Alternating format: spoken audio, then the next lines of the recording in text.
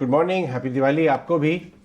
आज मेरी नज़र गई कि एक स्टॉक जो आप बहुत क्लोजली ट्रैक करते हैं उसमें खबर आई है, वो है अनंतराज। 500 करोड़ रुपए क्यूआईपी से रेज करना चाहते हैं। ये 500 करोड़ किस डायरेक्शन में इस्तेमाल हो सकता है आपके हिसाब से, और इन वैल्यूएशंस पे क्या ग्रोथ बनेगी इस पैसे से अगर ये 500 करोड़ रेज कर लेते हैं? Good morning Ajay and happy Diwali to you and entire 18 house Swadesh team. देखिए अजय, मुझे लग रहा है कि ये जो 500 करोड़ है ये टेक्निकली स्पीकिंग डेटा सेंटर के बिजनेस के लिए यूटिलाइज हो सकते हैं, क्योंकि कंपनी ने ऑलरेडी 6 मेगावाट की कैपेसिटी सितंबर में बिल्ड की है। इनका मानना है कि 21 मेगावाट्स मार्च 24 तक आएगा और उसके बाद उनको फंडिंग लगेगी बेसिकली टू एक्सपांड, क्योंकि इनके पास अभी total install capacity data centre की करीबन 300 मेगावाट है। तो आने वाले 2-3 सालों में data centre business will be even bigger than the real estate business. In fact ये काफी प्रॉफिटेबल बिजनेस है, क्योंकि करीबन 90 लाख पर मेगावाट इनको हर महीना मिलता है। और इसमें से अगर आप 15-20 लाख कॉस्ट के लिए निकाल दो तो बैलेंस इनकी प्रॉफिटेबिलिटी डायरेक्टली इनके डेटा सेंटर के प्रॉफिटेबिलिटी पे जाती है। तो मेरे ख्याल से ये जो क्यूआईपी है ये टेक्निकली स्पीकिंग लग तो रहा है कि डेटा सेंटर के एक्सपेंशन के लिए होगा, क्योंकि इनके पास काफी बड़ी कैपेसिटी है, इसको स्केल अप करने के लिए काफी पैसे भी लगेंगे। तो मुझे लग रहा है कि अच्छी बात है। अच्छे प्रीमियम पे अगर ये क्यूआईपी होता है और अगर बड़े इंस्टीट्यूशनल इन्वेस्टर्स इसमें आते हैं, तो स्टॉक में ज़रूर आपको री-रेटिंग देखने को मिलेगी, क्योंकि ऑलरेडी जो रन रेट इन्होंने मेंटेन किया है, 110 करोड़ का प्रॉफिट पहले 6 महीने में किया है, जो पिछले साल 150 करोड़ था। तो रन रेट तो ये दिखा रहा है कि करीबन 225-230 करोड़ का प्रॉफिट तो इस साल कंफर्टेबली आएगा।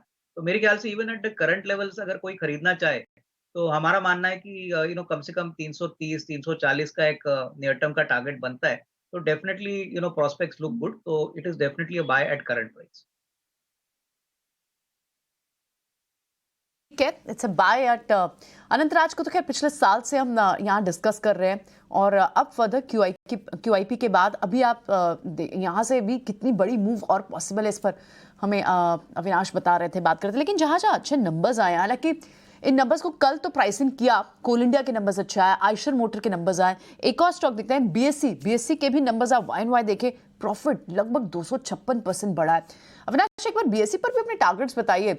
लगभग 250% पिछले साल चल चुका है ये स्टॉक और अब भी थमने का नाम नहीं ले रहा। इन लेवल्स पर भी अगर कोई होल्ड करके रखता है तो कितना और इसे गेन हो सकता है अगर एक साल का और होराइजन हो तो? प्रियंका, बेसिकली देखिए एक्सचेंज कंपनीज में क्या होता है कि जैसे जैसे टर्नओवर बढ़ता है उतना प्रोपोर्शन से कॉस्ट बढ़ते नहीं है, और जो भी इंक्रीमेंटल टर्नओवर में इंक्रीज आता है वो directly profit before tax level पे आ जाता है। तो मेरे ख्याल से यही शायद ऑपरेटिंग लिवरेज बीएससी में हो रहा है।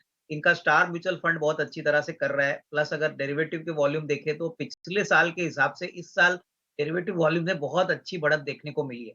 तो मेरे ख्याल से देखिए वैल्यूएशंस तो डेफिनेटली थोड़े महंगे हो चुके हैं, लेकिन जिस प्रकार का मार्जिन का पिक्चर है, जिस प्रकार की प्रॉफिटेबिलिटी है, मुझे लग रहा है कि अगले साल, डेढ़ साल की अगर हम बात करें तो इसमें कोई डाउट नहीं कि इस स्टॉक में और थोड़ी खरीदारी आ सकती है। मेरे ख्याल से मार्केट्स अगर और थोड़ा-सा एलिवेटेड होते हैं, और थोड़ी-सी और तेज़ी दिखाते हैं, तो ये डेफिनिटली एक मार्केट ड्रिवन वाला स्टॉक है। तो जैसे-जैसे वॉल्यूम्स बढ़ेंगे, मेरे ख्याल से अच्छे नंबर्स आएँगे। तो एज़ ऑफ नाउ कोई जल्दबाज़ी ना करे बेचने के लिए। हालाँकि देखिए वैल्यूएशंस के पॉइंट ऑफ व्यू से थोड़ा-सा महँगा ज़रूर लग रहा है। बट अगर हम इस बिज़नेस को देखें तो हार्डली 2 प्लेयर है, एनएससी, बीएससी। एनएससी शायद नेक्स्ट ईयर लिस्ट हो जाएगा, तो उसका भी थोड़ा बहुत रब ऑफ आपको बीएससी पे मिलेगा। मैं अविनाश सर से पता कर रहा था, वो है SAIL, Steel Authority of India limited.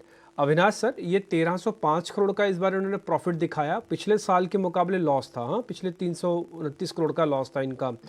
Margins भी ठीक लग रहे हैं, बट प्रॉब्लम क्या है ना सर, सेल के अंदर वही ग्लोबल वाला फैक्टर आ जाता है कि मेटल्स के अंदर तेज़ी है कि नहीं, फिर वो ड्यूटीज़ वाला मैटर भी है थोड़ा बहुत।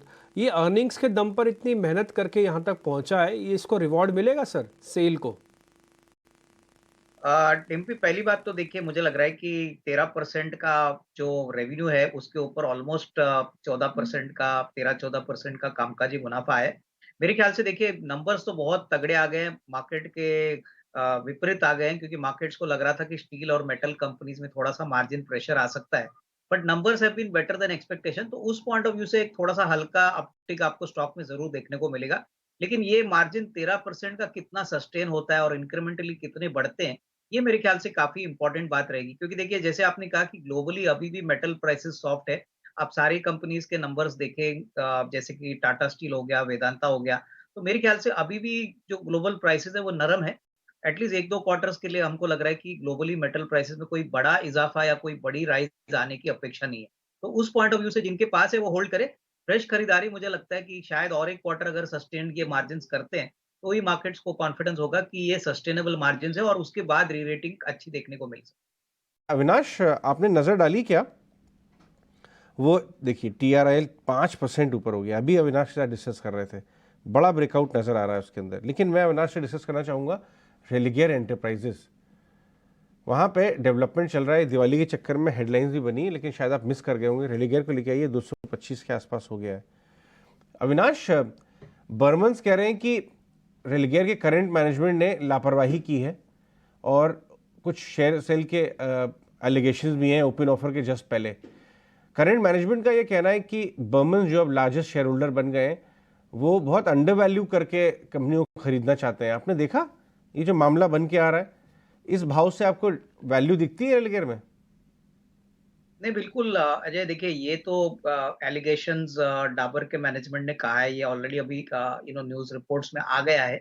लेकिन अगर हम इस कंपनी की वैल्यू अनलॉकिंग की बात करें, तो जो केयर की इंश्योरेंस की सब्सिडरी है, मेरे ख्याल से वो एक बहुत अच्छा वैल्यू अनलॉकिंग ट्रिगर रेलिगेयर के लिए साबित हो सकता है। तो अगर वीकनेस इस स्टॉक में आती है, तो मेरे ख्याल से डेफिनेटली इन्वेस्टर्स को इसका मौका यूटिलाइज करना चाहिए।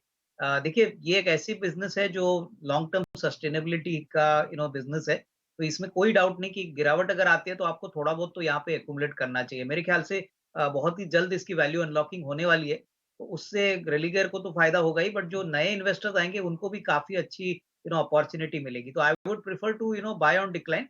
कोई भी वीकनेस आती है तो despite this negative news flow, इसमें डेफिनिटली एक खरीदने का मौका बन सकता है।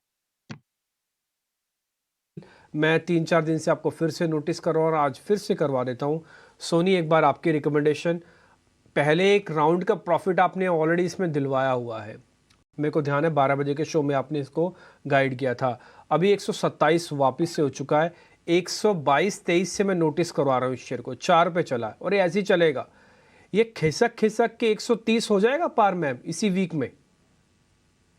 जी डिम्पी जी, डेफिनेटली आई थिंक इसी वीक में भी हो जाएगा। एंड फैक्ट 130 के ऊपर ही जाएगा, 130 टू 133 के लेवल्स पे दोबारा आएगा।